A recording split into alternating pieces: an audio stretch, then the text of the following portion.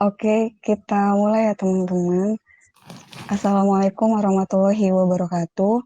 Waalaikumsalam warahmatullahi wabarakatuh. Puji dan syukur kita panjatkan kehadirat Allah Subhanahu wa Ta'ala, yang mana sampai saat ini kita masih diberi nikmat iman, Islam, dan kelapangan waktu, sehingga kita dapat berkumpul pada kegiatan dakwah Islam volume 3 ini. Tak lupa pula sholawat dan salam kita sanjungkan kepada junjungan Nabi besar Muhammad SAW. Semoga dengan memperbanyak sholawat kita mendapatkan syafaatnya di hari akhir kelak. Amin, amin ya robbal alamin. Yang saya hormati Ketua Umum Komunitas Ar-Rahman, yang saya hormati penanggung jawab kegiatan dakwah Islam volume 3 Komunitas Ar-Rahman, dan yang saya banggakan teman-teman sekalian. Sebelumnya saya mau berterima kasih buat teman-teman semuanya yang udah bekerja keras dan menyempatkan waktunya untuk hadir pada pagi hari ini. Sebelum kita masuk ke materi, kita dengerin terlebih dahulu sambutan dari Ketua Umum Komunitas Ar-Rahman kepada Muhammad Al-Haris Shihab. Saya persilakan. Oke, cek. Kedengaran suaranya? Halo? Kedengeran kok. Oke, siap. Bismillahirrahmanirrahim. Assalamualaikum warahmatullahi wabarakatuh. Alhamdulillah. Puji serta rasa syukur tak henti-hentinya kita ucapkan kehadiran Allah Subhanahu wa Ta'ala, yang mana hingga saat ini ya, Allah masih menitipkan kita begitu banyak nikmat karunia-Nya, sehingga dengan limpahan nikmat tersebut kita dapat kembali bertemu ya, bersama-sama duduk ya, dalam forum ini dalam rangka melaksanakan kegiatan dakwah Islam volume ketiga Komunitas Ar-Rahman pada tahun ini. Alhamdulillah. Salawat serta salam kita haturkan kepada ruh junjungan kita Nabi Allah Muhammad SAW, yang insya Allah dengan basahnya lisan kita bersalawat pada beliau, kita menjadi bagian dari umatnya yang mendapatkan syafaat darinya di akhir nanti insya Allah. Amin ya rabbal alamin. Alhamdulillah ya. Terima kasih sebelumnya saya ucapkan kepada seluruh rekan-rekan, bil khusus pada penanggung jawab terlebih dahulu, Bang Wai ya, yang sudah menyusun acara ini, yang sudah merampungkan, membahas bersama timnya semua, hingga akhirnya dakwah Islam ini kita bisa laksanakan ya insya Allah sampai selesai pada hari ini. Kemudian pada rekan-rekan semua yang sudah berhadir, terima kasih sudah bergabung ya. Dan mudah-mudahan teman-teman masih di luar dapat segera ikut bergabung dengan kita di sini, insya Allah.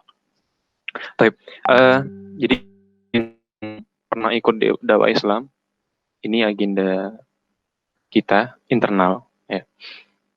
Tujuannya memang untuk meningkatkan, menguatkan aspek keagamaan kita gitu kan.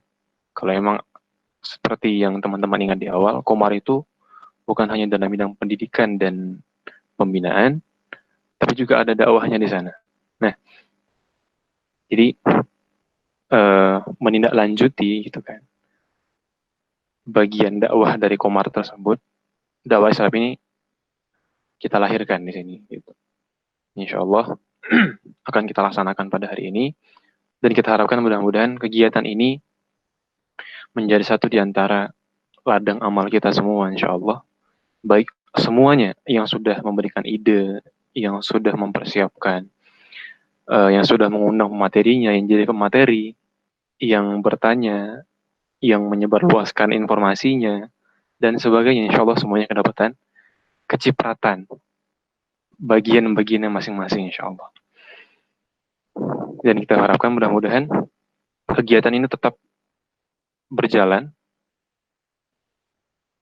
sampai nanti Allah izinkan, Allah tetapkan, komarnya akan tidak ada lagi gitu kan. Sampai komar ini selesai gitu lah kira-kira. Mudah-mudahan ada manfaatnya dakwah Islam kali ini insyaallah. Lebih kurang saya mohon maaf. Saya kembalikan pada Punas. Assalamualaikum warahmatullahi wabarakatuh. Waalaikumsalam warahmatullahi wabarakatuh. Terima kasih kepada Sihab atas sambutannya. Selanjutnya, sambutan dari penanggung jawab kegiatan dakwah Islam volume 3 Komunitas Ar-Rahman kepada Bang Wahyu Al-Hafiz Sitorus, saya persilakan. Oke guys, selamat pagi. Assalamualaikum warahmatullahi wabarakatuh.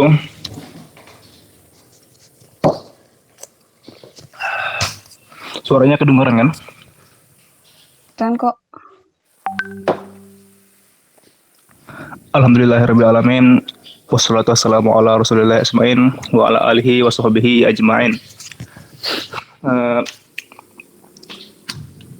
Pertama-tama saya mengucapkan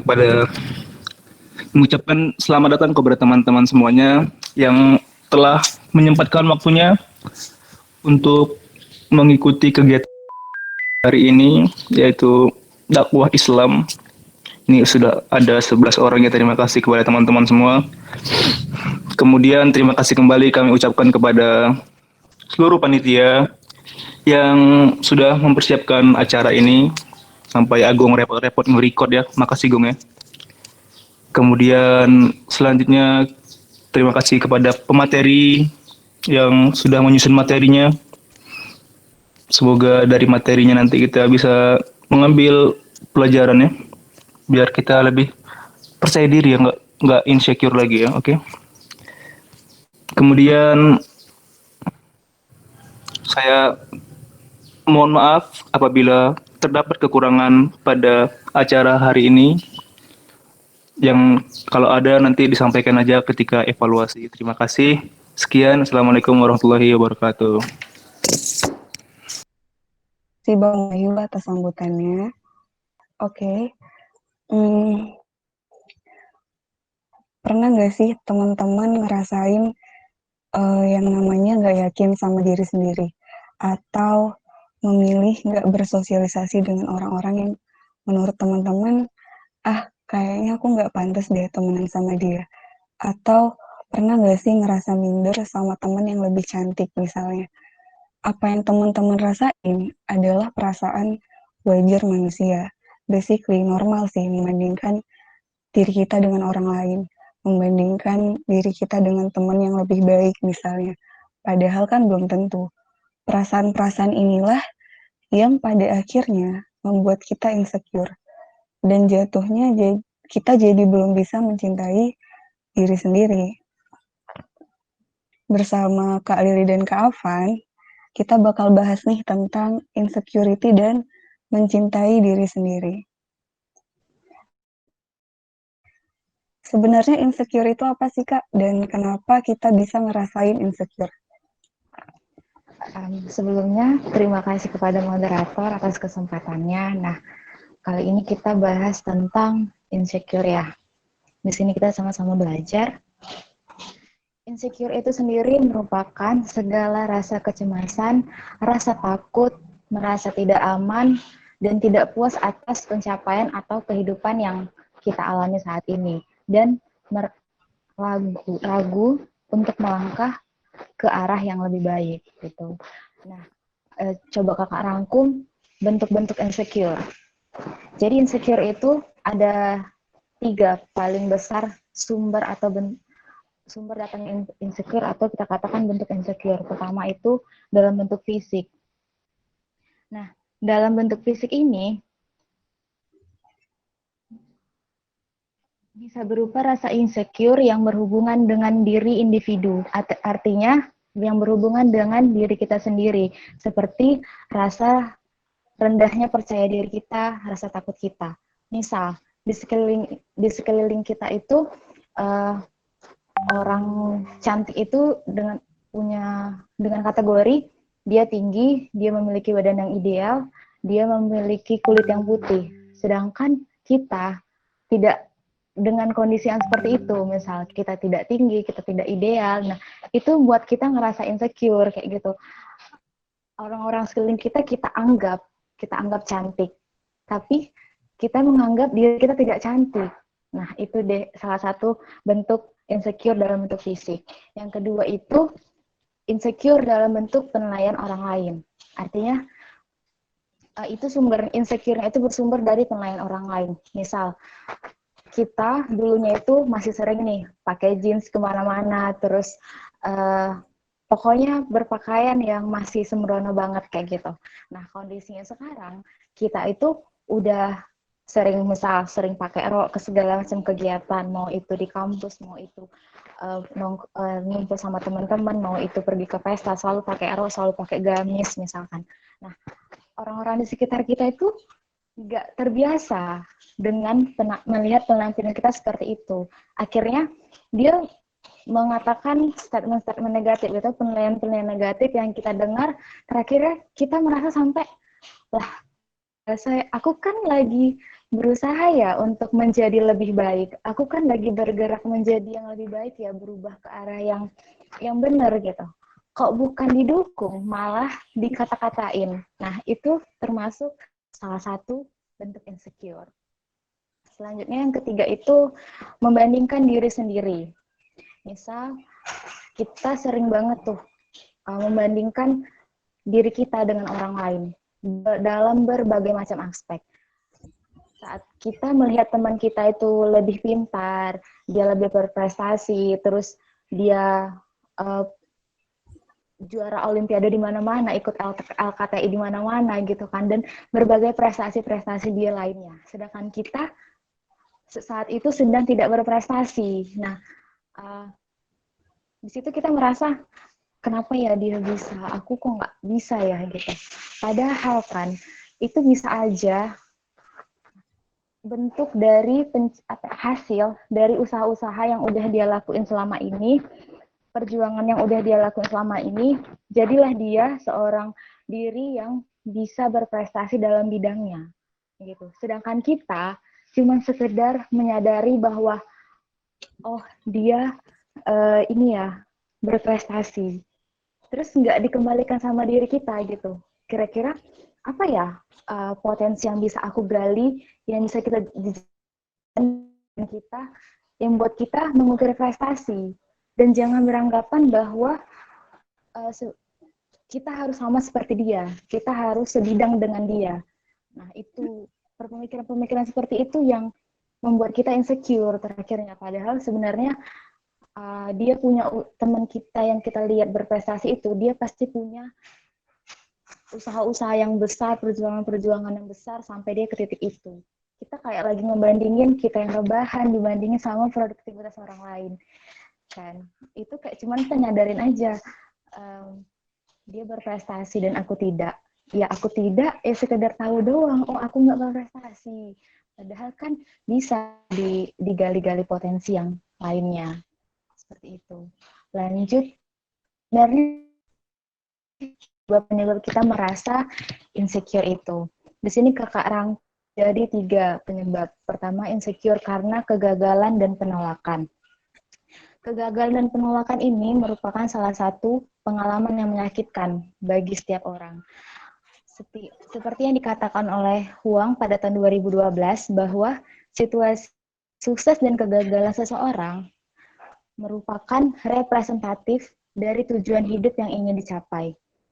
Ketika harapan tersebut tercapai sesuai apa yang dia harapkan, maka akan menimbulkan gejolak emosi dalam diri dia, menjadi suatu hal yang menyakitkan baginya karena dia gagal tersebut. Nah, saat dia mengalami kegagalan penolakan itu, seseorang akan berpikir negatif mengenai dirinya dan kehidupannya. Pemikiran negatif itulah yang akan memicu insecurity-nya dia, merasa insecure. Seperti kurang rasa percaya diri, dan berpikir bahwa aku tuh nggak bisa ngelakuin itu gitu. Terus atau masa sih aku kayak gitu nggak bisa. Jadi insecure tersebut berefek kepada kehidupan berikutnya, bahkan nantinya orang-orang tersebut kalau itu dibiarkan semakin lama, dia akan enggan untuk mencoba dan mencoba lagi karena takut gagal. Karena dia udah merasa insecure, merasa diri dia nggak mampu untuk melakukan itu. Yang kedua itu rasa insecure karena social anxiety, kecemasan sosial.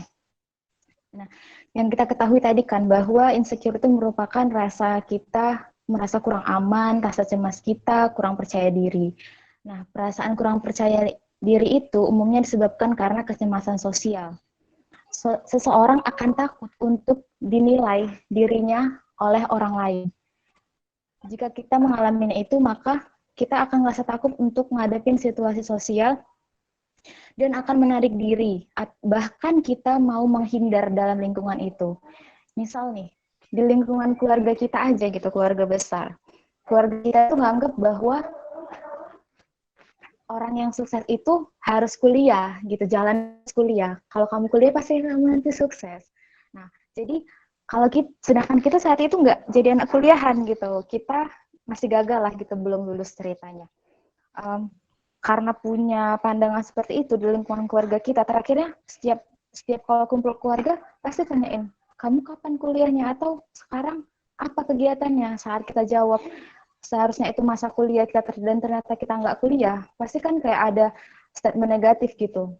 Jadi kamu mau jadi apa nanti kalau kamu nggak kuliah? Nah, itu sih contoh-contohnya dari kecemasan-kecemasan sosial, lingkungan sosial. Padahal kan yang kita ketahui setiap kesuksesan itu nggak harus selalu jalannya kuliah gitu kan. Kuliah kan salah satu bentuk pendidikan yang memang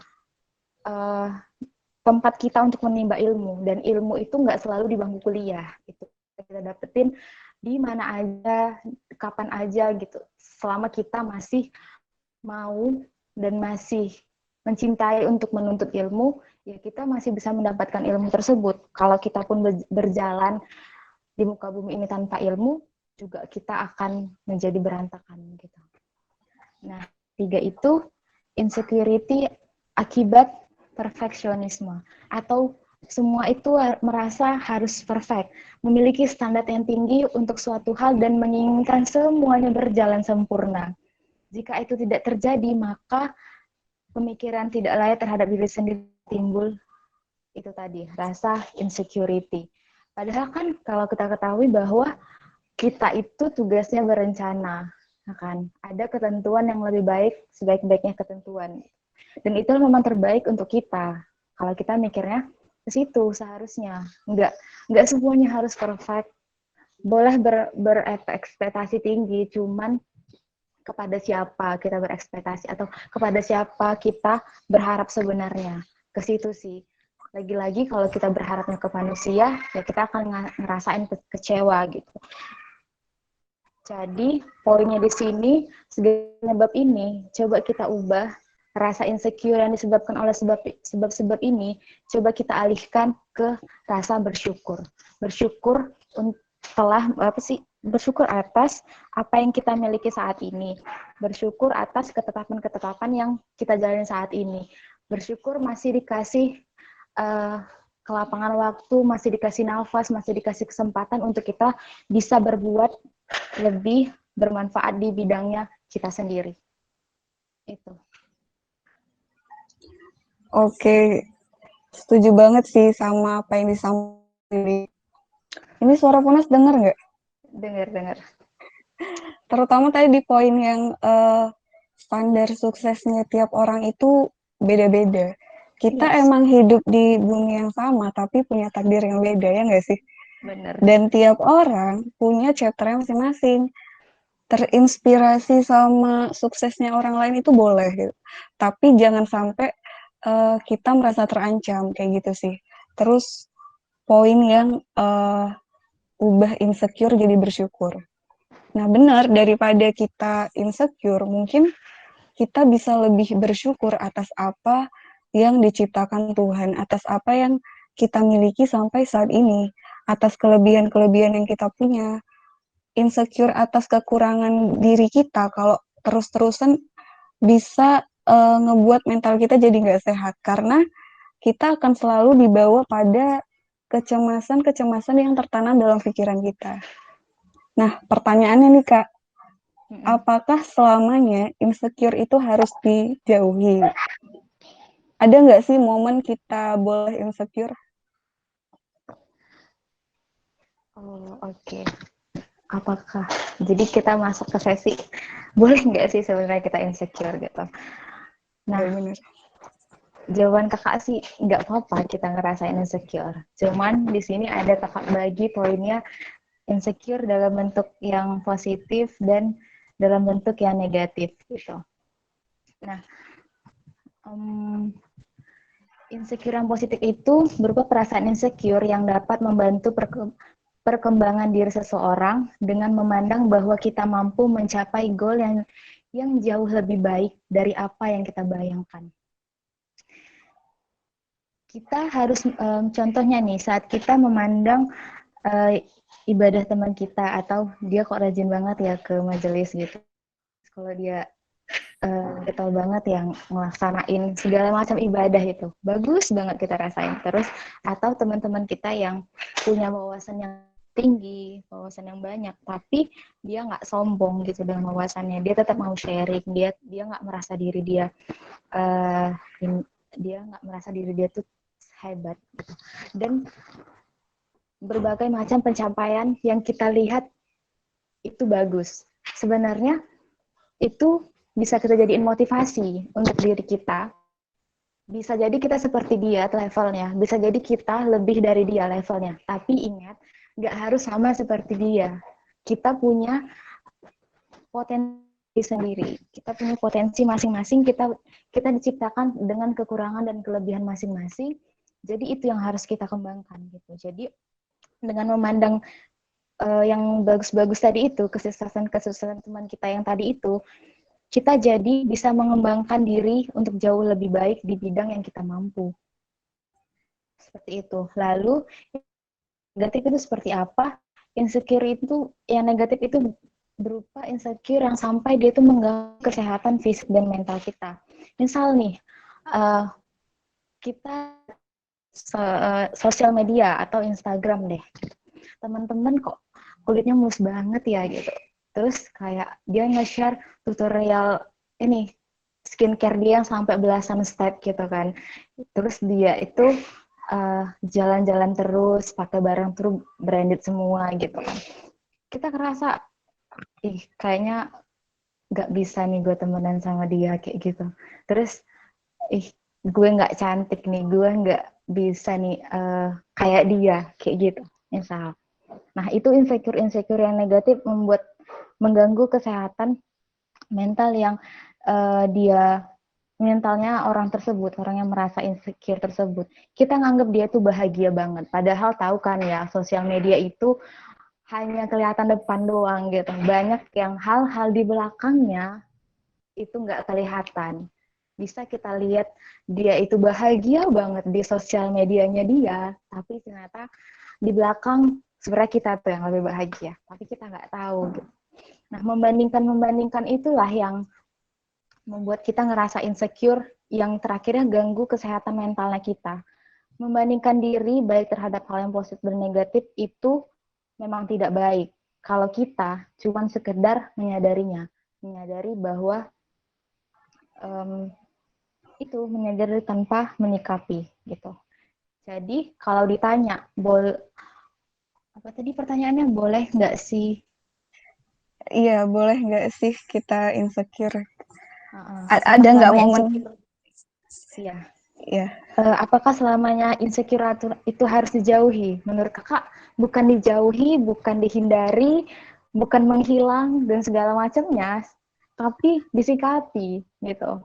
Ada nggak sih momen kita boleh insecure? Ya ada, tapi cara nyikapin kita itu yang penting daripada terhadap apapun, daripada cuman menyadari atau mikirin, oh ya aku nggak bisa ya. Sekadar kayak gitu doang sih, sama aja nggak akan ngerugiin diri sendiri nantinya gitu. Jadi poinnya sih boleh dan nggak apa-apa asal kita bisa nyikapin ya, bukan menghindar, sikapin dalam artian hal-hal yang positif ya.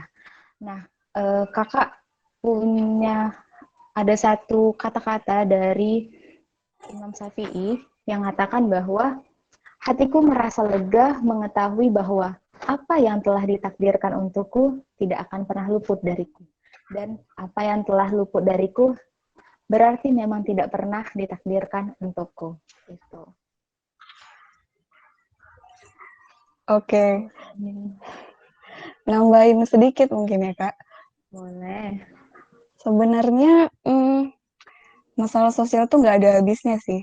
Ketika kita insecure nih misalnya, lihat Instagram orang lain yang mungkin pencapaiannya udah lebih dari kita.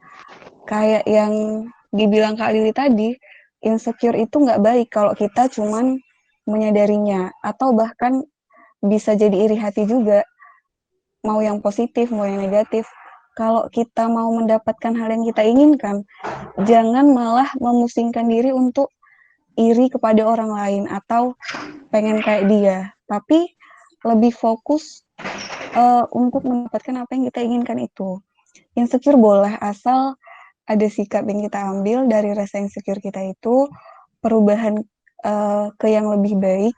Emang nggak mudah sih, please step by step lah kita belajar. Selain belajar untuk mengurangi rasa insecure kita, belajar juga menghargai setiap pencapaian dan energi positif yang ada di sekitar kita. Iya, setuju. Lakuin apapun yang bisa kita lakukan selama itu positif, karena tujuan hidup manusia adalah mempunyai tujuan, berjuang sebaik-baiknya, menghargai setiap step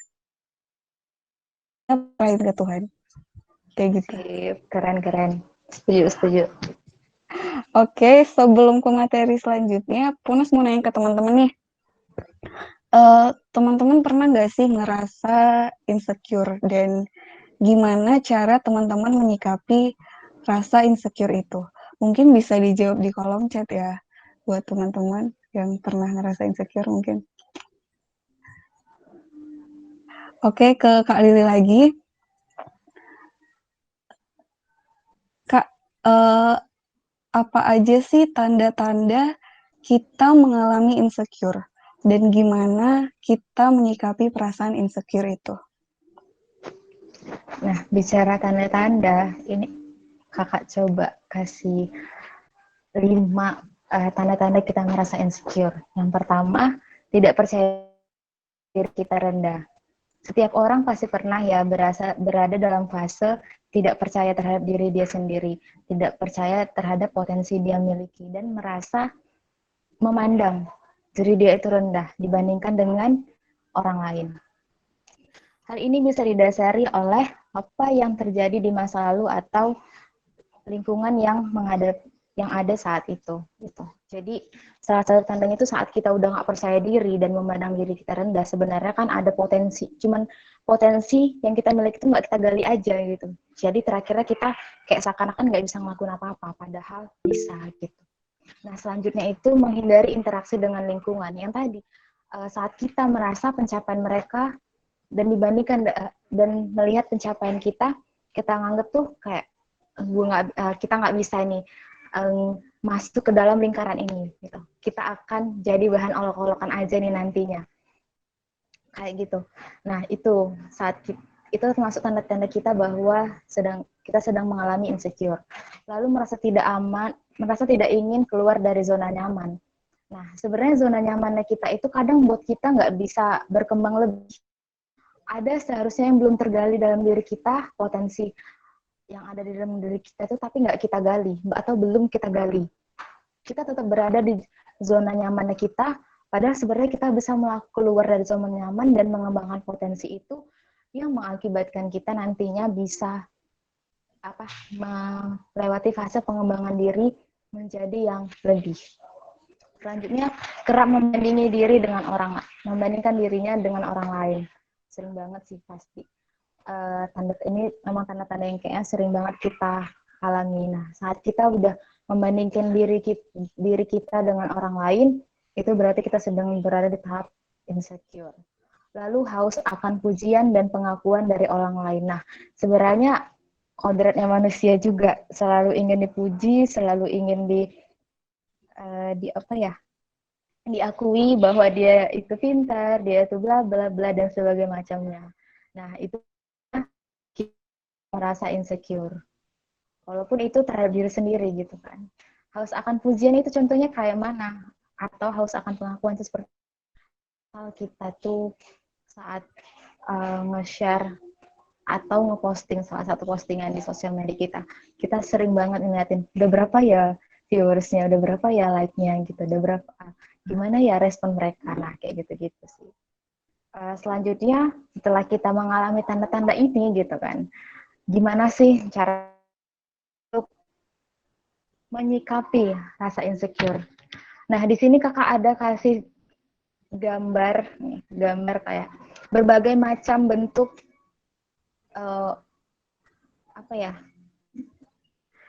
foto-foto perempuan gitu. Dan yang si A ada yang merasa dirinya cantik, memandang kalau cantik tuh harus rambutnya panjang. Si B memandang kalau cantik tuh kalau rambutnya pendek. Atau si C memandang rambut Ikal tuh cantik loh gitu. Atau si D memandang kalau berjilbab tuh itu sih yang cantik. Nah, kita bisa belajar dari sini bahwa cantik itu nggak harus pakai standar. Emangnya motor tuh katanya, kata gambarnya gitu.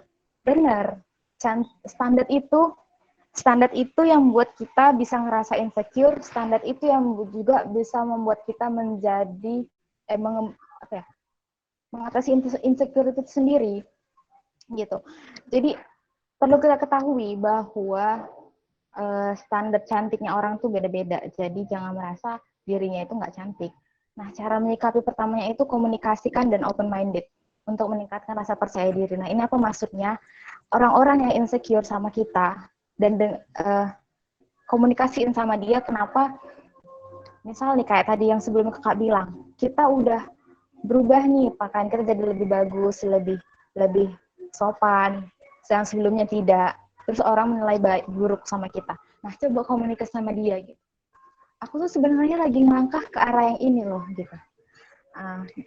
Makanya aku kayak gini dan kayak gini. Jadi menurutmu gimana? Bagus nggak sih aku ngelakuin ini atau gimana lah gitu? Ngobrol tukar pikiran. Yang dia jadinya juga jadi jadi tahu alasan kita kenapa melakukan dan mengambil tindakan seperti ini, dan kita juga jadi dapat masukan. Atau bahkan dia nanti jadi lingkungan yang support kita, kan nggak tahu kan. Nah, kayak gitu. Jadinya ke depannya kita bisa meningkatkan rasa percaya diri kita, kalau memang itu baik ya. Kalau memang itu baik, pasti kita bisa meningkatkan rasa percaya diri kita untuk terus melakukan kebaikan itu. Lalu, hilangkan rasa bahwa dia itu lebih berilmu dari kita, dia lebih beriman dari kita, dan dia lebih lainnya, gitu kan. Kita diciptakan berdasarkan kelebihan dan kekurangannya masing-masing. Tiap orang memiliki kelebihannya masing-masing, dan jangan pernah samakan itu sama orang lain. Syukuri itu apa yang kamu miliki, syukuri apa yang diberikan pencipta, syukuri apa yang diberikan Allah sama kita, kayak gitu. Terus cari lingkungan yang bisa support. Kalau kamu sedang tahap di fase beralih gitu, atau berhijrah lah kita katakan. Nah, pasti kan ada kan lingkungan kita yang sebelumnya, yang nggak bisa menerima kita, yang malah jatuhnya bukan nge-support gitu.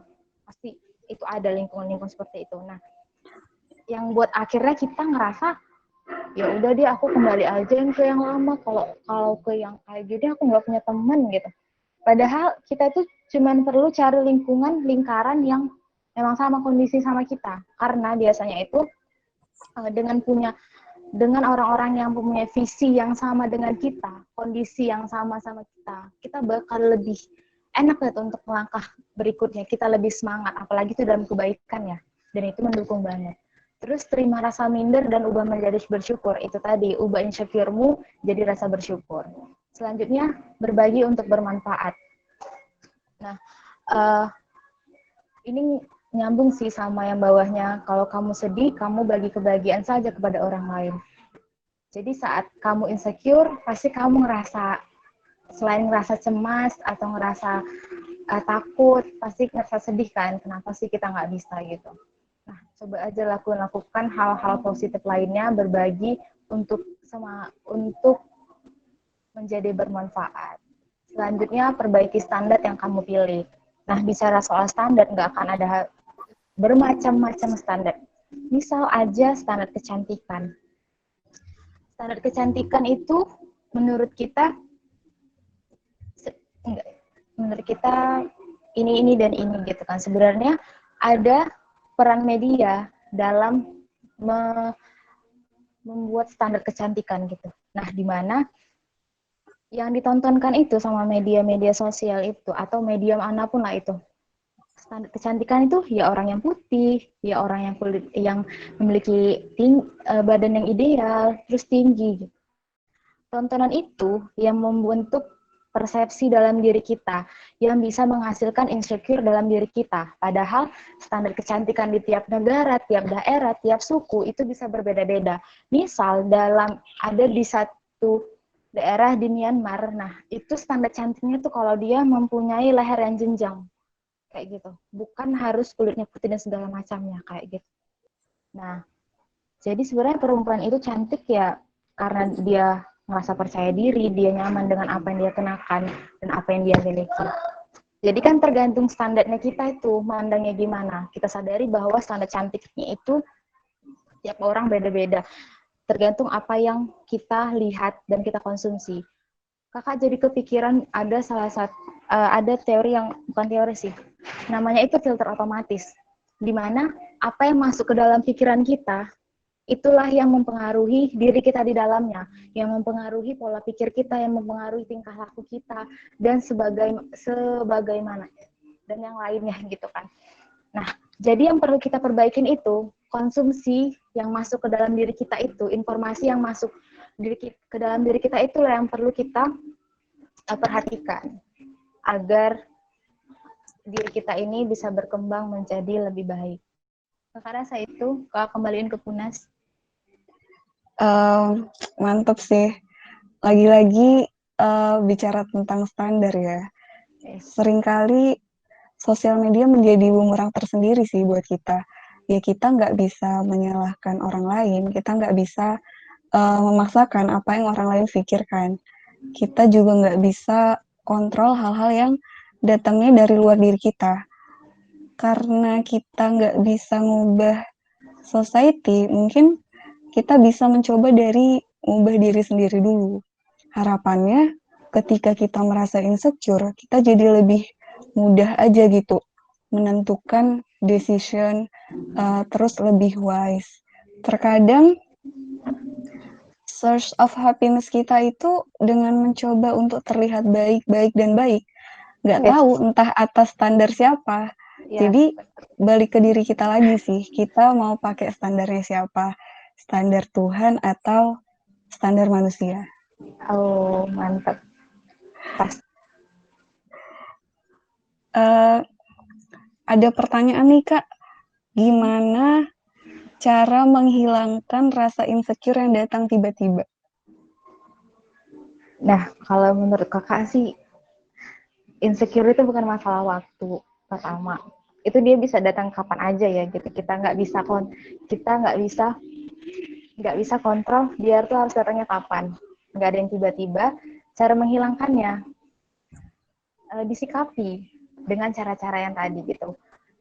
Menurut kakak poin pentingnya itu ubah standar. Jangan pakai standar dunia yang hanya sementara, pakai standar yang akhirat gitu.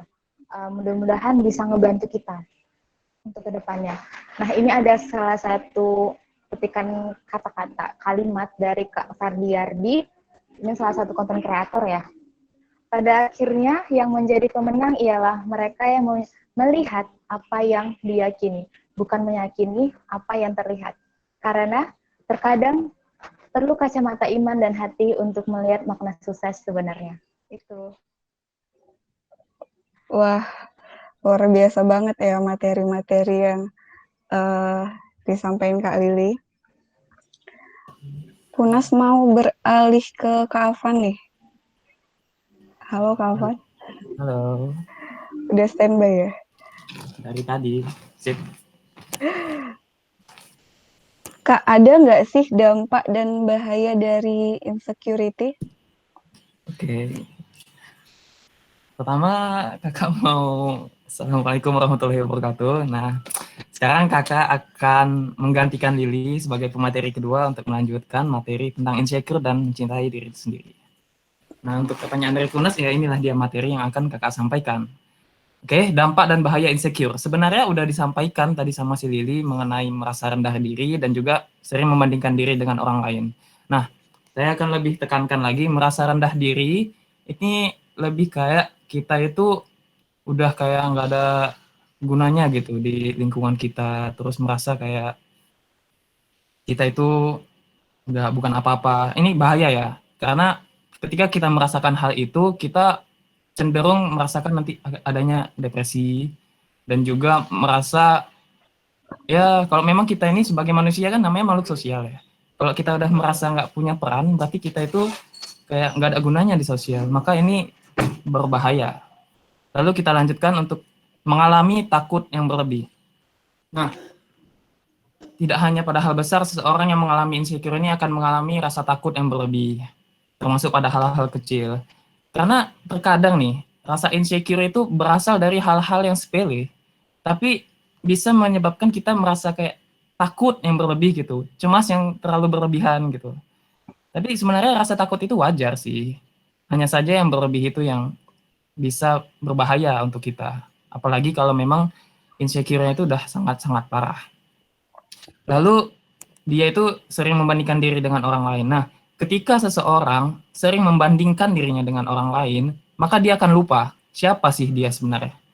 Dia nggak tahu nih, sebenarnya aku ini apa, siapa.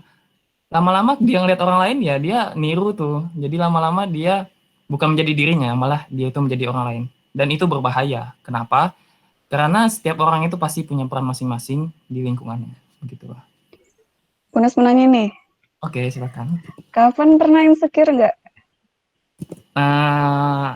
Sebenarnya pernah sih ya untuk insecure. Nah, seperti yang dibilang sama si Septi, si Hap, ini kakak juga pernah nih. Karena kadang nih kakak, saat ingin menyatakan pendapat dalam suatu forum diskusi, kakak itu merasa apakah pendapatku ini layak nggak ya untuk disampaikan ke mereka.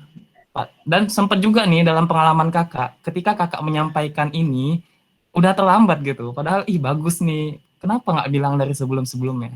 Karena itu insecure. Karena merasa pendapat itu nggak berharga. Nah, sebenarnya apapun yang kita pikirkan, apapun yang ada dalam diri kita itu adalah suatu hal yang baru yang nggak semua orang pikirkan.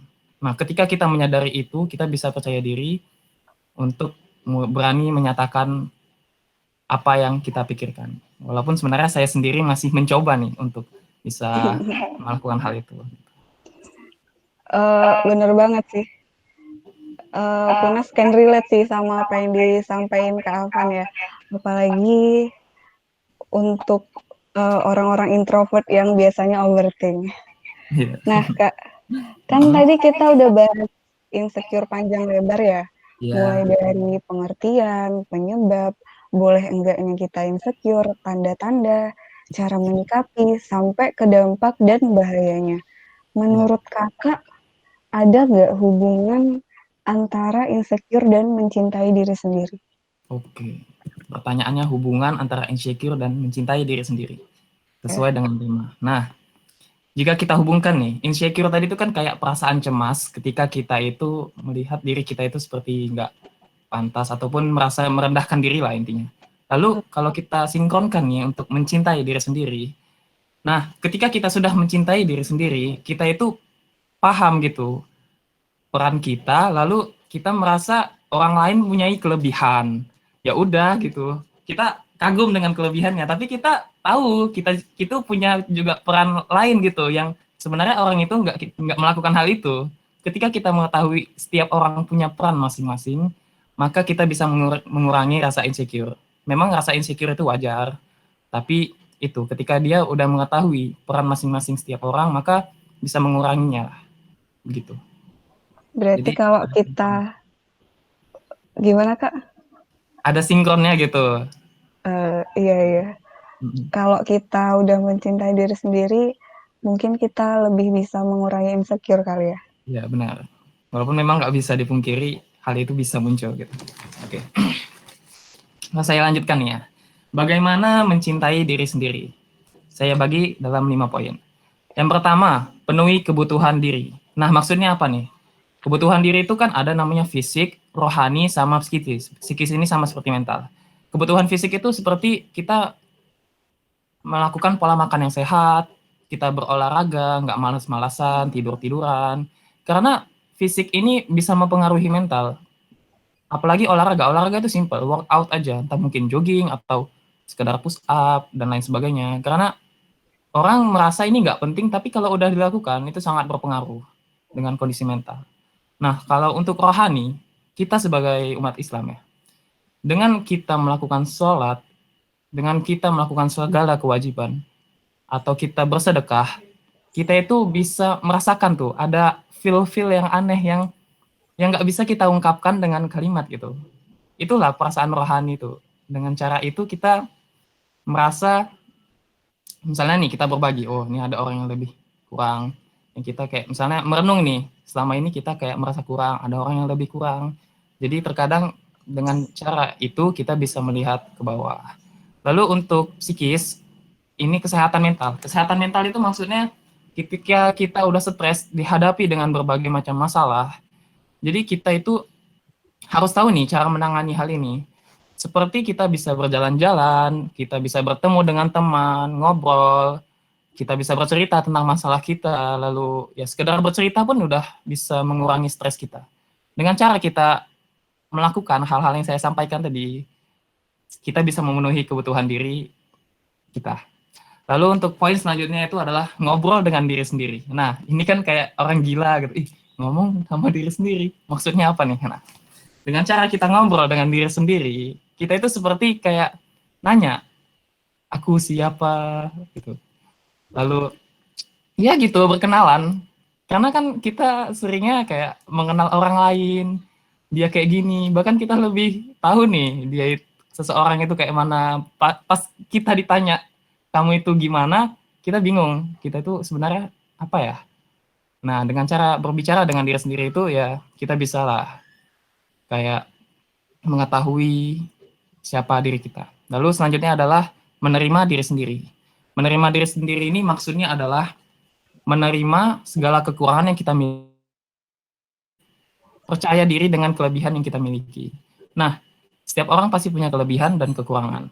Kelebihan itu bisa didapati dengan cara kita melakukan hal-hal baru misalnya, dan lain sebagainya. Kalau kekurangan itu ya jelas namanya juga manusia gitu kan. Pasti memiliki kekurangan. Nah, dengan kita mengetahui kekurangan kita juga, kita bisa tahu nih bagaimana cara menyikapi ketika kita sedang dihadapi dengan kekurangan kita itu. Misalnya dia itu orangnya susah untuk ngobrol di depan umum, bersosialisasi. Itu bisa diatasi dengan cara ya cukup ikut misalnya organisasi, belajar ngomong. Saya termasuk juga nih orang yang malas sebenarnya bersosialisasi, tapi alhamdulillah dengan belajar berorganisasi saya bisa mengurangi lah sedikit aja, walaupun memang masih kurang suka untuk bersosialisasi. Oke, lanjut, bergaul dengan orang positif. Ini sangat-sangat penting. Karena kita ini sebenarnya adalah cerminan dari lingkungan kita. Kan ada itu hadis kalau ada yang berteman dengan pandai besi, kecipratan nama bau besi gitu kan. Kalau berteman dengan penjual parfum, kecipratan nama bau parfumnya. Ini juga ada berhubungan dengan bergaul dengan orang positif. Kita dalam komunitas ini pun termasuk dengan bergaul dengan orang positif karena kita mengambil manfaat, memberi manfaat juga di sini. Dan hal ini bisa membuat kita lebih mencintai diri kita sendiri karena kita bisa nih untuk menebar hal positif dan menerima hal yang positif gitu. Walaupun nih kita ada punya teman yang negatif, ya nggak usah terlalu dideketi. Maksudnya itu nggak apa-apa kalau diingatin, tapi kalau kita mengikuti arus yang dia punya, kita pelan-pelan bakal terikut arus itu. Jadi kita harus paham juga dengan lingkungan kita. Lalu kurangi konsumsi berita negatif. Nah, kalau kita membaca berita kebencian, kejahatan, itu pasti juga kita rasakan nih, kayak merasa dunia ini nggak aman atau dan sebagainya. Kalau berlebih terus kita baca, padahal itu nggak di tempat kita gitu. Lama-lama kita menimbulkan kecemasan tersendiri. Boleh sih kayak sekedar tahu. Ya, kita juga harus mengimbangi dengan cara ya selalu keep safety di mana-mana. Termasuk corona kan itu sempat membuat kecemasan. Tetap aja kita keluar nggak apa-apa, tapi tetap safety kemana-mana begitu. Jadi mencintai diri itu proses yang sederhana ya. Iya, sangat. Nah, seseorang yang nggak mencintai diri sendiri biasanya cenderung merasa insecure. Sedangkan mindset yang sehat itu ketika kita bisa menerima diri kita dan nyaman dengan diri kita. Kita nggak perlu, kita terkadang perlu time buat mikirin tentang diri kita. Apa sih yang udah gue lakuin? Apa sih yang mau gue capai? Dan sebelum menerima diri sendiri, kita perlu memaafkan kesalahan diri kita di masa lalu untuk dijadiin pelajaran. In case kalau ada. Sama ngerasa cukup sih mungkin. Kayak ya udah ini apa yang Tuhan kasih ke aku. Aku harus bisa memanfaatkan dengan sebaik-baiknya. Kalau kata Kak Gita Saf, menerima diri sendiri itu semacam memahami teori kimia padahal kita anak ekonomi, misal. Bukan nggak mungkin untuk dilakukan, tapi butuh usaha lebih. Karena pada kenyataannya merasa cukup akan diri kita itu susah banget. Secara natural, manusia itu nggak ngerti arti kata cukup. Nggak pernah berhenti mencari, padahal yang dicari udah ada nih di depan mata. Nggak pernah gagal untuk menemukan kekurangan, tapi selalu gagal melihat kelebihan. Nah, masih tentang mencintai diri sendiri, menurut Kak Afan, gimana sih biar kita nggak berpikiran kalau hidup kita itu nggak berguna? Oke, ini tadi ada saya singgung sedikit. Bagaimana kita supaya berpikiran kalau kita itu hidupnya nggak berguna. Nah, kembali lagi nih pada tujuan hidup.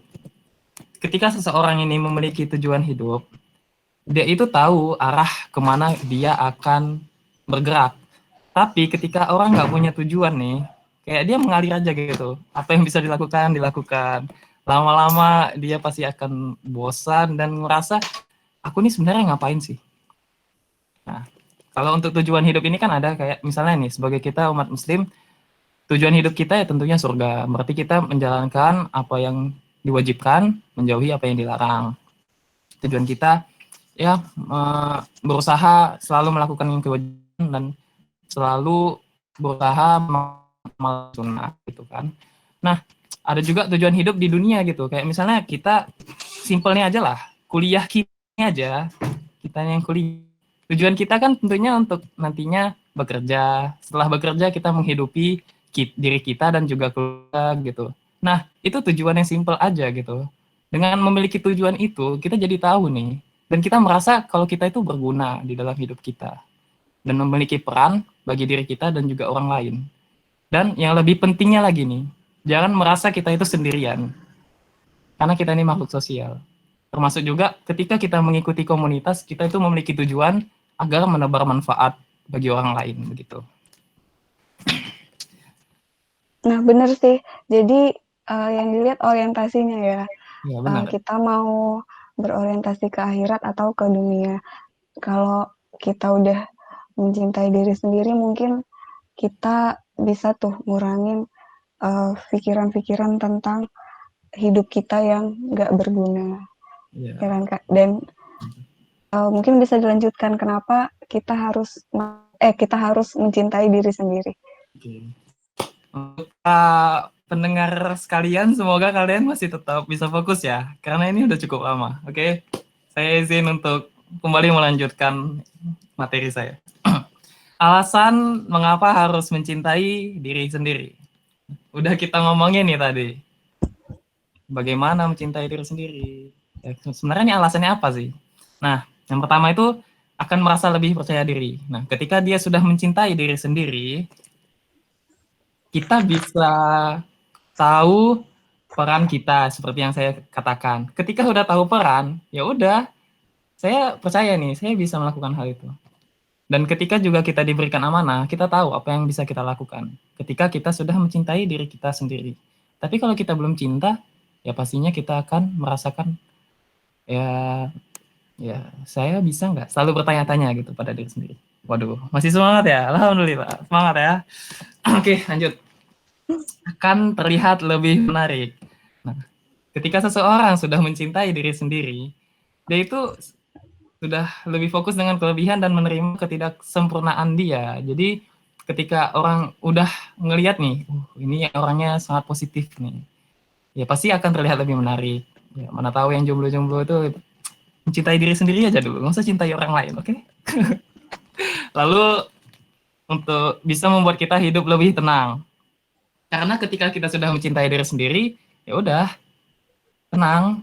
Apalagi yang kita pikirkan, paling pikiran kita itu ya seperti masalah-masalah hidup dan nggak terlalu menggubris dengan apa yang dimiliki orang lain, nggak ngurus gitu. Jadi bisa lebih tenang lah. Hadisku jomblo. Semangat ya Agung. Oke, lalu kita lihat nih surah At-Tin. A'udzubillahi minasyaitonirrajim. Laqad khalaqnal insana fi ahsani taqwim. Sesungguhnya manusia itu ciptakan dalam bentuk yang sebaik-baiknya. Nah, kalau kita udah tahu nih, Allah itu telah menciptakan kita dalam bentuk yang sebaik-baiknya, sesempurna makhluk apapun yang telah diciptakan Allah, kita itulah yang paling baik. Ketika kita sudah tahu nih, kita itu yang paling baik, kita harus memaksimalkan apa yang telah diberikan nama Allah. Jadi jangan merasa kita itu ya serba kekurangan dan lain sebagainya. Bahkan dari ciptaan Allah sendiri kita itu adalah yang terbaik begitu. Oke. Bisa dilanjut. Nah, ini saya sedang sharing nih sebelumnya sama teman. Dia bercerita tentang bagaimana kita itu adalah seseorang yang dari satu sel sperma, dari jutaan sel sperma menuju sel inti telur. Kita bisa seperti sekarang, tumbuh menjadi zigot adalah dengan berlomba-lomba nih, dari sekian banyak sel sperma. Dari awal aja kita itu adalah seseorang yang bisa survive dari keadaan. Nah, bagaimana dengan sekarang? Nggak mungkin kita itu hanya berdiam diri, melihat kelebihan orang yang sudah bergerak lebih jauh dari kita tanpa melakukan apapun. Ingatlah, dari awal kita belum ada di dunia pun kita sudah berusaha. Begitu.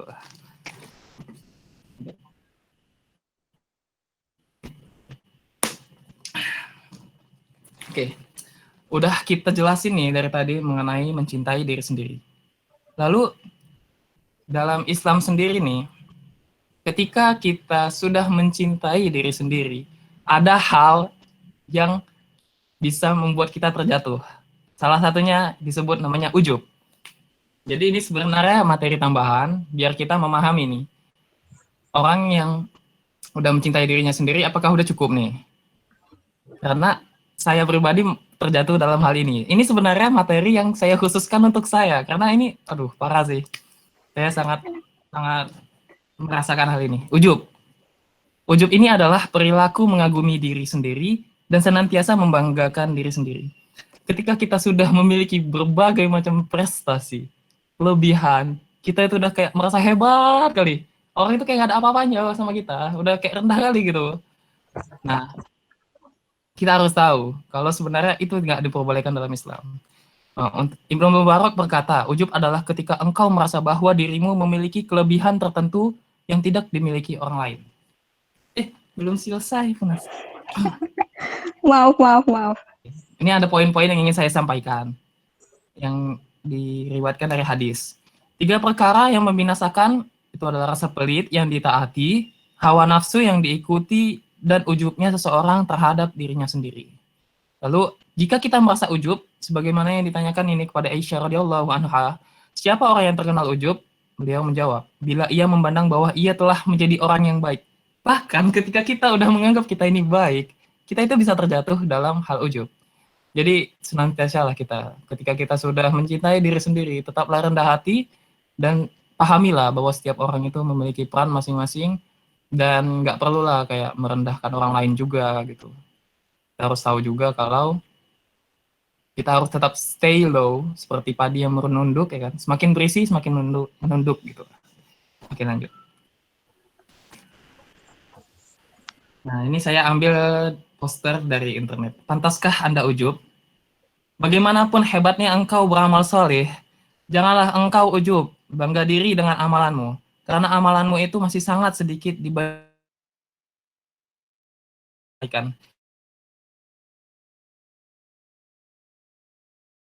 yang termasuk dalam dakwah Islam misalnya, atau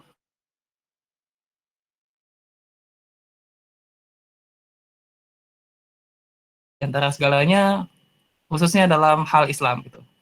Nah, itu nggak ada apa-apanya, karena nantinya kita di surga itu diberikan sangat-sangat banyak sekali kenikmatan yang kalau dibandingkan dengan apa yang kita lakukan di dunia ini nggak ada apa-apanya gitu. Jadi itulah, nggak pantas sebenarnya kita ujub ini. Ini kita ini sangat lemah sebenarnya. Namun ya dengan kelemahan kita ini, setidaknya kita bisa berperan kepada manusia dan juga berperan untuk saling membantu sesama kita begitu. Lanjut. Nah, ini ada 5 kiat nih dari Imam Ghazali agar terhindar dari ujub. Kita bagi di 5 orang. Ini orang anak kecil, orang yang lebih tua, orang berilmu, orang bodoh, sama orang kafir. Yang pertama itu anak kecil. Sering tuh kita dapati kan, kayak anak kecil memberitahukan sesuatu kepada kita. Kita kayak merendahkan dia. Nah, ini kata Imam Al-Ghazali.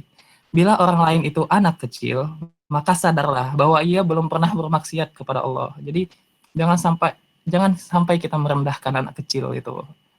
Karena dia itu lebih suci daripada kita kalau kita renungkan sebenarnya. Lalu yang kedua itu, bila orang lain itu lebih tua, beranggapanlah bahwa ia beribadah kepada Allah lebih dulu ketimbang dirimu. Jadi ketika kita dinasihati nih sama orang tua, jangan kayak kita sok gitu. Kayak kita itu udah banyak belajar, sadar kalau dia itu sebenarnya udah lebih dulu dari kita. Jadi kita harus tetap stay low, siapapun dia, anak kecil ataupun orang tua. Lalu bila orang lain itu berilmu, beranggapanlah bahwa ia telah menerima anugerah yang tidak engkau peroleh.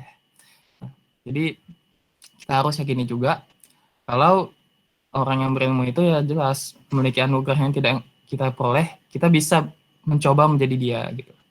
Lalu selanjutnya, bila orang lain itu bodoh, beranggapanlah bahwa kalaupun bermaksiat, orang bodoh berbuat atas dasar kebodohannya. Jadi jangan kita anggap orangnya itu yang salah. Ya dia itu perbuatan bodohnya itu.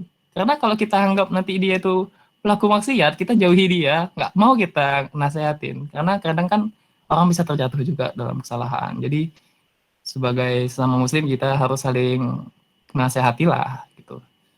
Lalu yang terakhir adalah bila orang lain itu kafir, beranggapanlah bahwa kondisi akhir hayat seseorang tidak ada yang tahu. Jadi jangan menganggap itu kafir kan.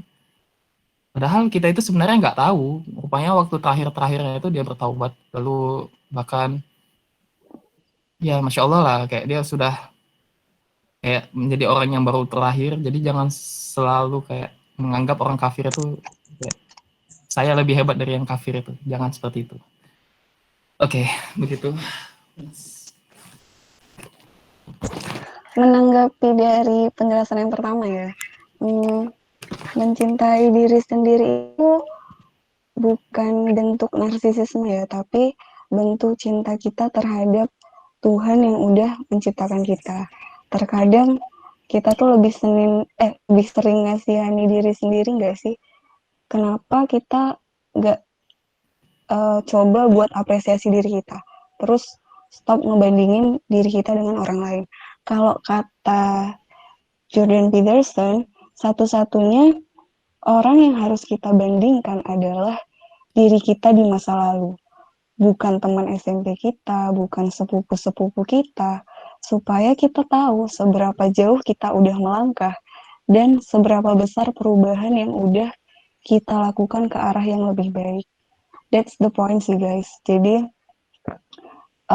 itu tadi penjelasan tentang alasan harus mencintai diri sendiri, tapi jangan berlebihan juga dalam mencintai diri sendiri karena jatuhnya bisa ke ujub ya. Tetap rendah hati. Oke, lanjut, ada pertanyaan nih Kak.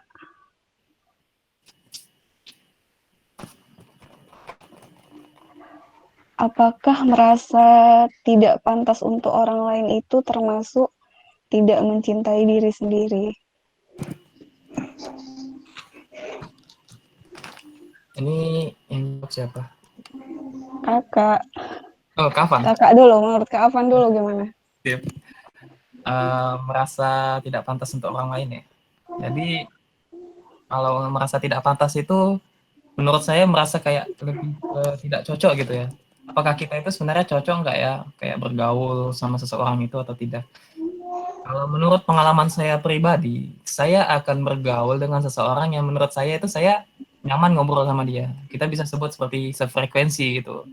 Jadi sebenarnya kita nggak perlu memaksakan diri sih untuk ngobrol sama orang, karena setiap orang itu pasti punya kayak eh, yang nyambung, kayak punya sehobi, se apa pengetahuannya sama gitu. Jadi enak gitu ngobrol ngalir. Tapi ya merasa tidak pantas kalau dia dikaitkan dengan jodoh. Nah, seperti yang viral-viral itu. Boleh kasih memantaskan diri gitu. Nggak ada aja. Nah, ini sebenarnya lebih kayak apa ya? Kita itu harus tahu dulu sih sebenarnya untuk pola pikir cowok sama cewek. Kalau cowok itu lebih ke harga dirinya sebagai lelaki yang bekerja keras. Ketika dia itu sudah memiliki harga diri itu, udah berpenghasilan, bolehlah dia itu mulai mencari jodoh. Jangan kalau misalnya dia itu udah nggak bisa ngapa-ngapain, nggak mau berusaha, masih malas-malasan, jangan sok-sokan nyari. Jadi wajar saat itu dia itu merasa nggak pantas, wajar. Tapi ketika dia sudah mampu, udah saatnya lah dia itu untuk mencari. Nah, kalau untuk cewek ini sebenarnya orientasinya itu nggak ke ketampanan. Jadi untuk cowok yang insecure ketika dia merasa nggak pantas untuk seorang cewek, mungkin pendekatannya lebih kayak ketika ngobrol nyaman nggak? Karena cewek itu setahu saya nih lebih mengutamakan kenyamanan gitu. Kalau udah nyaman lanjut gitu, gaskun gitu. Sok berpengalaman gitu ya. Begitu menurut pandangan saya sih. Oke, berarti apa ya? Bisa dibilang nggak kalau biasanya cowok tuh insecure sama misal kedominanan perempuan. Misal ada perempuan yang mungkin mandiri secara finansial nih contohnya aja. Heeh. Bener nggak Oh menurut iya, kamu? iya benar. Kayak dia itu nanti merasa dibiayai, tapi nggak tahu nih ya. Kalau yang saya lihat juga kebanyakan sekarang cowok itu kayak nggak ada harga diri gitu. Dia tuh melorotin cewek, terus dia bergantung hidup sama cewek. Jadi ceweknya itu kayak ibu rumah tangga, jadi cewek cowoknya bapak rumah tangga, ceweknya yang banding tua gitu. Menurut saya sih itu bukan seperti cowok lagi sih. Karena memang sih kalau merasa hal itu, merasa insecure kalau cewek punya kelebihan di finansial, mungkin itu bisa diomongin. Tapi kebanyakan sih memang cowok mempertimbangkan hal itu juga. Jadi menurut kenyamanan aja sih. Karena ya gimana pula yang dia itu misalnya uh, keturunan darah biru kaya, tapi tetap ada juga tuh yang berjodoh. Intinya tuh jodoh itu ya pasti nggak akan kemana lah. Itu aja yakini. Iya, iya sih. Maksudnya kan belum tentu juga gitu kan eh, si perempuan yang udah mandiri secara finansial tadi nih misalnya nggak mau sama cowok itu gitu kan. Ya. Nah, kalau menurut kalian gimana nih Kak tentang pertanyaan yang tadi nih, yang merasa tidak pantas untuk orang lain itu bentuk tidak mencintai diri sendiri nggak? Menurut kalian gimana? Mungkin tadi udah dijelasin juga kan sama Kak Alvan, kakak kayak lebih ke cara nyikapinnya aja sih, nyikapin cara ngerasa nggak pantas itu. Misal tadi Oke. Kak Alvan udah nyinggung soal di pertemanan dan jodoh dan segala macam. Kakak coba singgung lagi di misal perihal kita ngelihat lawan jenisnya gitu kan, ngerasa nggak pantas. Kita ngerasa dia tuh wow banget, tapi kayaknya kita nggak cocok nih sama dia. Nah, menurut kakak itu kayak kita tuh sebenarnya harusnya fokus untuk menjadi, bukan fokus untuk mencari gitu. Jadi kenapa kakak bilang kayak gitu, fokusnya ke menjadi. Saat kita menjadi lebih baik, menjadi lebih bersih, menjadi lebih memiliki orientasi yang lebih kekal gitu ke akhirat gitu, mempunyai standar-standarnya akhirat. Dan karena kan kalau perihal jodoh ini itu termasuk ibadah yang lama gitu kan, ibadah terlama yang dikerjakannya itu merupakan memenuhi separuh agama gitu. Nah, berarti kan ada perjuangan-perjuangan yang bukan perjuangan, persiapan. Nah, gitu. Jadi kalau kita udah melakukan, memang nih kita mempersiapkan diri kita. Nah, dalam arti kata memantaskan diri kita. Fokus aja memantaskan, bukan sibuk mencari. Kondisinya kita misal kita tuh sebenarnya belum siap, tapi kayak udah kesibukan mencari gitu, mana lah jodohku segala macam kayak gitu, rasanya emang belum tepat gitu. Jadi selama kita udah fokus untuk menjadi dan itu orientasinya ke akhirat, pastikan yang datang nanti itu juga bakal selingkaran sama kita gitu. Kan yang baik akan dipertemukan dan disandingkan dengan yang baik, yang buruk akan disandingkan dengan yang buruk. Jadi saat kita udah fokus menjadi dan itu lillah gitu, nggak usah khawatir lagi perihal siapa yang datang nanti gitu. Pasti juga bakal satu circle sama kita dan nggak akan merugi juga. Maksudnya kita nggak akan kecewa saat kita mencari tapi sebenarnya kita belum siap dan itu terakhirnya nggak dapet juga gitu. Maksudnya nggak bareng dia juga. Itu bisa membuat kita nimbulin rasa kecewa sama diri sendiri gitu. Jadi menurut kakak lebih baik memfokuskan diri untuk menjadi, tapi niatnya lillah, terus tanpa fokus untuk mencari. Anda juga datang sendiri. Gitu. Luar biasa ya. Juga. Poinnya itu sih tadi, jangan fokus mencari tapi fokus menjadi. Luar biasa banget sih materi kita hari ini. Nggak ngerti lagi mau bilang apa.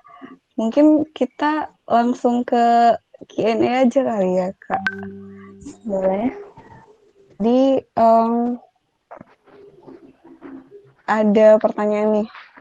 Apa yang harus kita lakukan ketika kita ngumpul sama teman lama yang dalam pekerjaan, sedangkan gaya obrolannya udah beda? Menurut Kak Lili gimana? Kakak sejujurnya pernah ngerasain ini, pernah berada dalam lingkaran ini, di mana posisinya saat itu sebenarnya dia itu setahun pertama di bangku kuliah itu masih kami satu kelas ya, dan dia nyoba kedinasan dan dia lulus. Dia anak D1, jadi sekarang dia otomatis sudah kerja dong gitu kan, udah PNS pula di salah satu kedinasan. Sedangkan kita masih anak kuliahan, masih sering nggak sering, cuman masih ngumpul. Nah saat ngumpul itu sama dong kondisinya kayak gitu, kita yang masih anak kuliahan yang belum selesai ini gitu, dan dia yang udah kerja, apalagi dia sudah mapan finansial kayak gitu. Nah pertama itu kayak kita kalau ngobrol jangan mikir dia itu bakal sombong dengan apa yang udah dia capai, tapi anggap itu kayak jadi wawasan baru sama kita. Kakak coba kasih di dua sisi gitu. Sisi pertama, sisi orang, misalkan di situ posisi kakak saat jadi orang yang sudah mapan secara pekerjaan gitu. Kakak tahu kan lingkungan kakak saat itu, kakak lagi sama teman-teman yang bukan satu kerjaan gitu, bukan teman-teman yang nggak semua kerja gitu, masih anak kuliahan, kadang mungkin dia kerja tapi belum masih apa ya, kayak belum semapan kita lah gitu. Jadi kita harus tahu obrolan yang kita bawa itu ya harus ini sama kita bisa diterima sama semua orang gitu. Terus sisi yang kedua, kita sebagai pendengarnya gitu, kita yang masih jadi anak kuliahan ini gitu, bukan dia yang sudah bekerja, yang sudah sukses itu.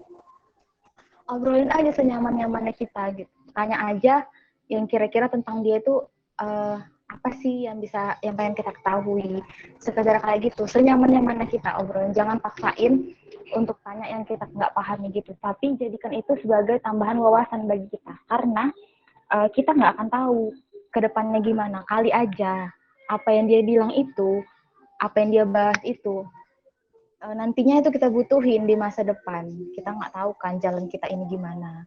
Jadi menurut kakak itu sih salah satu bentuk adaptasi, yang pentingnya adaptasi.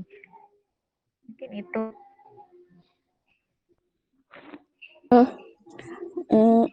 Iya ya benar. Nah ini kan kita nggak tahu ya konteksnya, apakah mereka cuman sharing gitu kan tentang pekerjaan mereka atau membanggakan pekerjaannya. Menurut Punas, kalau konteksnya yang pertama mungkin dari kitanya dulu aja. Karena kita, ya itu tadi nggak bisa ngekontrol orang lain kan. Jadi kita yang nyoba buat bawa pembicaraan itu ke arah yang lebih pas, di mana semua orang nyaman, entah bahas kisah-kisah zaman dulu gitu kan. Misal ngumpul sama teman SMP, kita bahas tentang zaman SMP dulu kita gimana. Dan kalau kitanya emang yang ngerasa nggak nyaman, balik lagi ke mencintai diri sendiri tadi. Berarti mungkin kita belum menerima diri kita.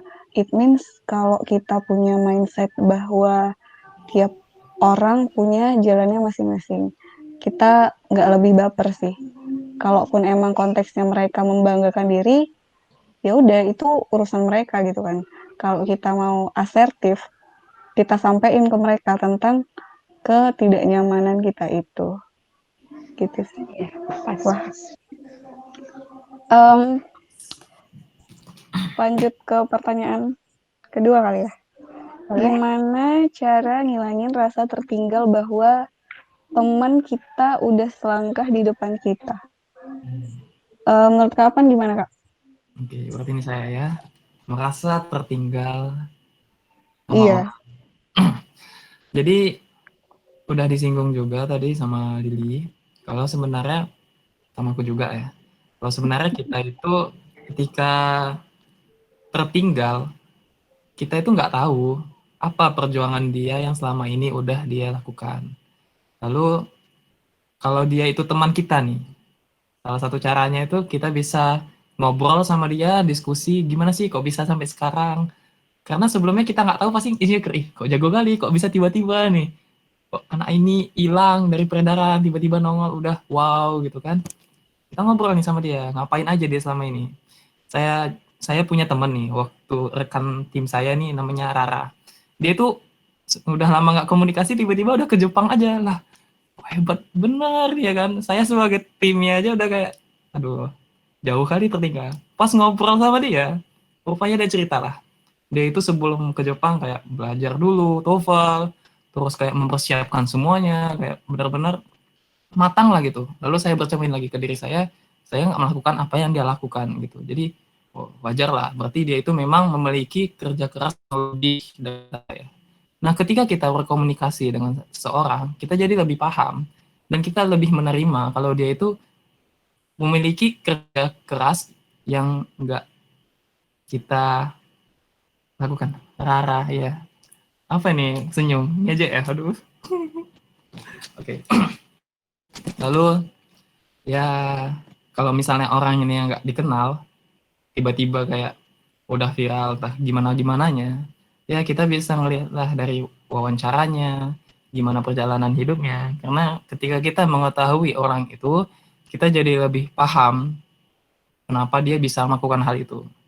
Itu sih. Jadi kita nggak kayak merasa kita itu nggak bisa. Bukan kita nggak bisa, tapi kita nggak melakukan. Kita nggak bergerak. Ketika dia berlari, kita malah ngesot misalnya, atau malah tiduran gitu, main game, ngemil, nggak apa-apain, ya jelas lah kita tertinggal jauh tentunya. Nah, begitulah jawaban saya kira-kira.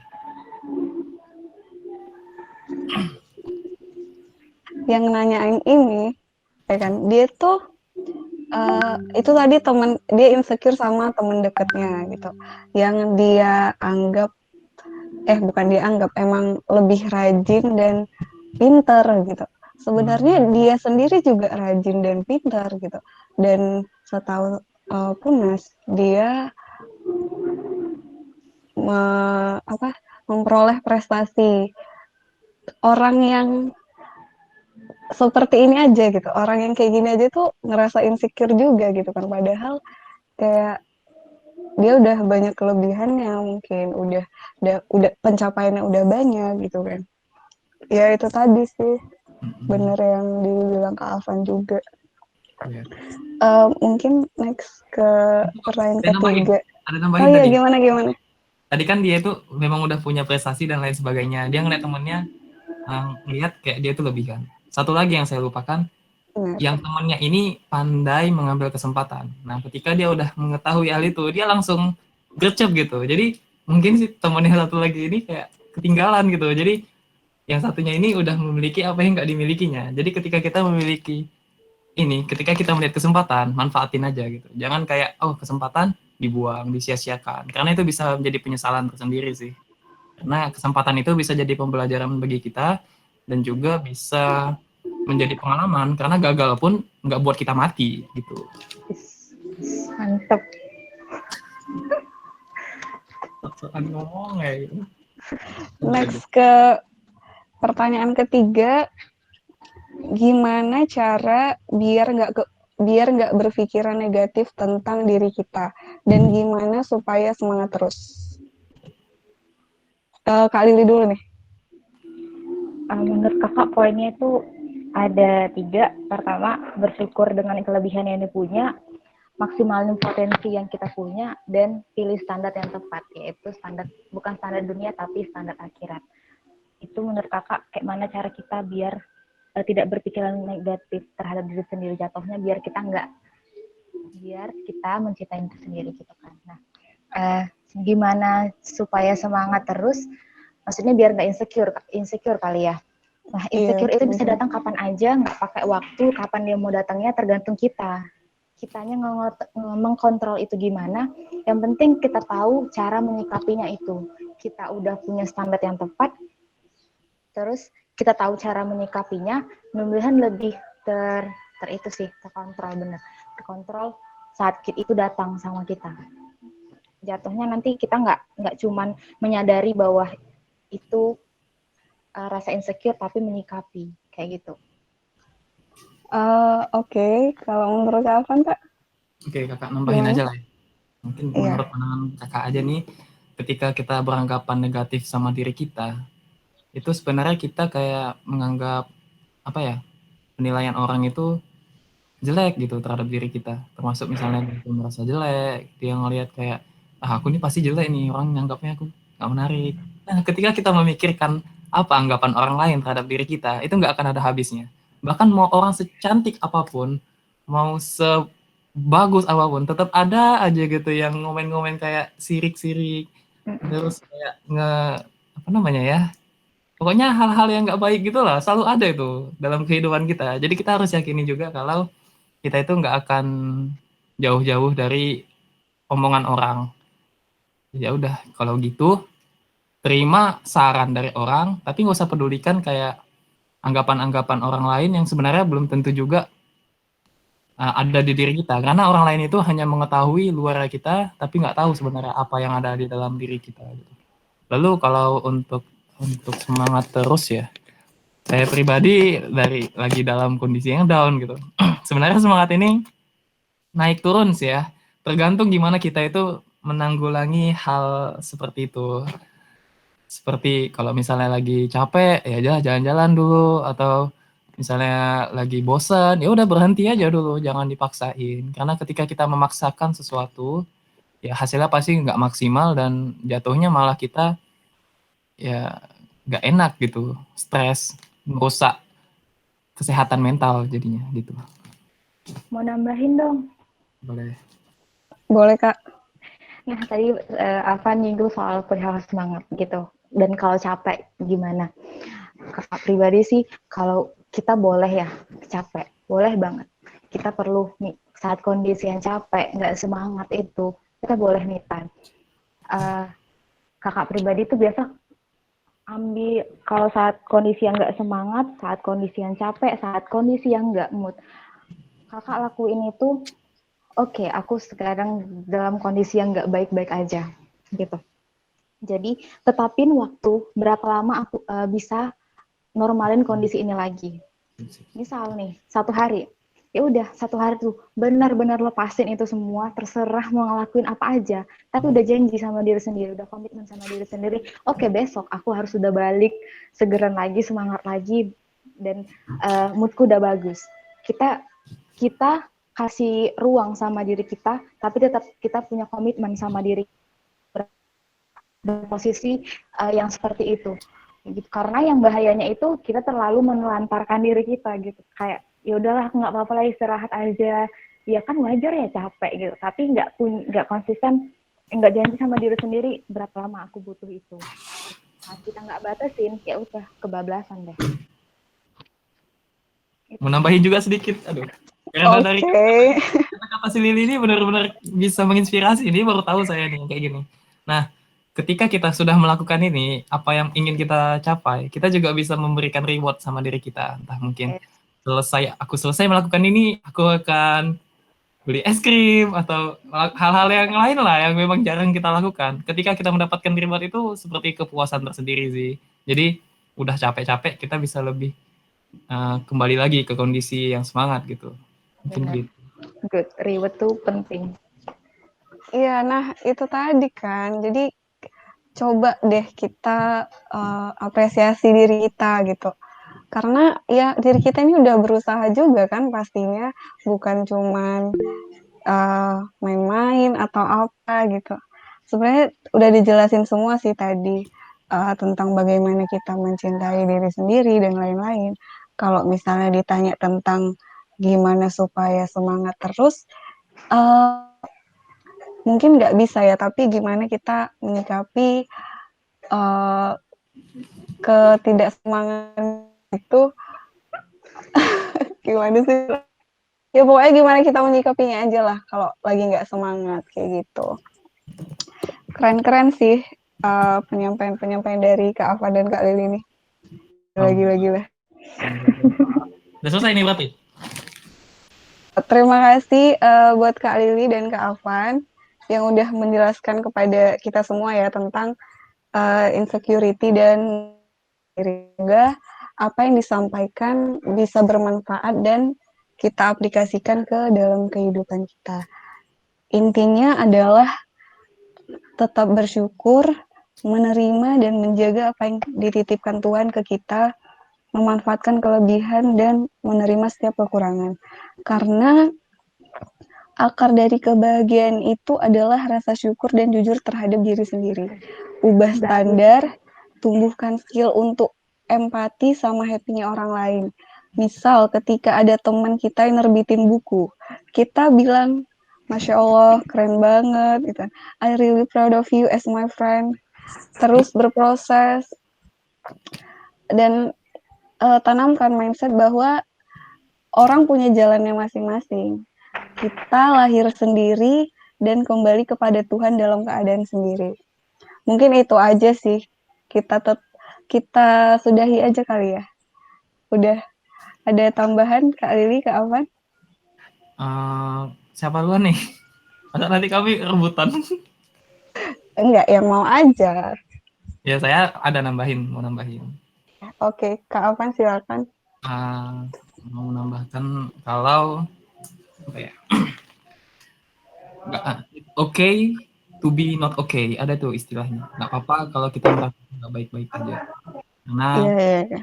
kita merasakan seperti itu, nggak baik-baik aja, kita tahu nih cara menanggulanginya. Jangan sampai kita tuh nggak sadar kalau kita itu lagi nggak baik-baik aja. Jadi kayak ngerasa itu kayak senang aja hidup kita tuh, kayak orang beganja, narkoba, itu kayaknya nggak ada beban hidup gitu. Jangan.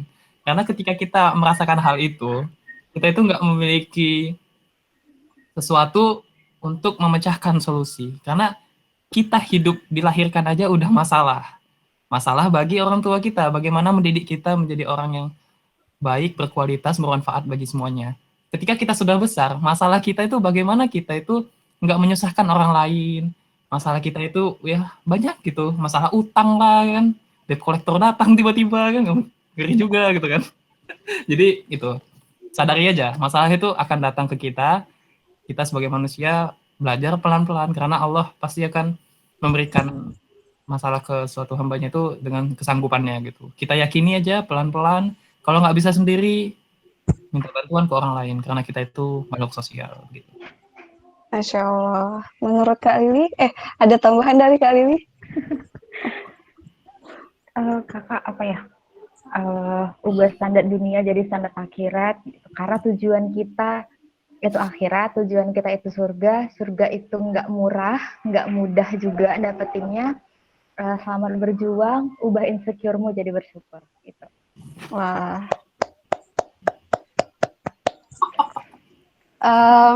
Udah selesai ya ini. Keren sih. kita tutup aja kali ya. Boleh.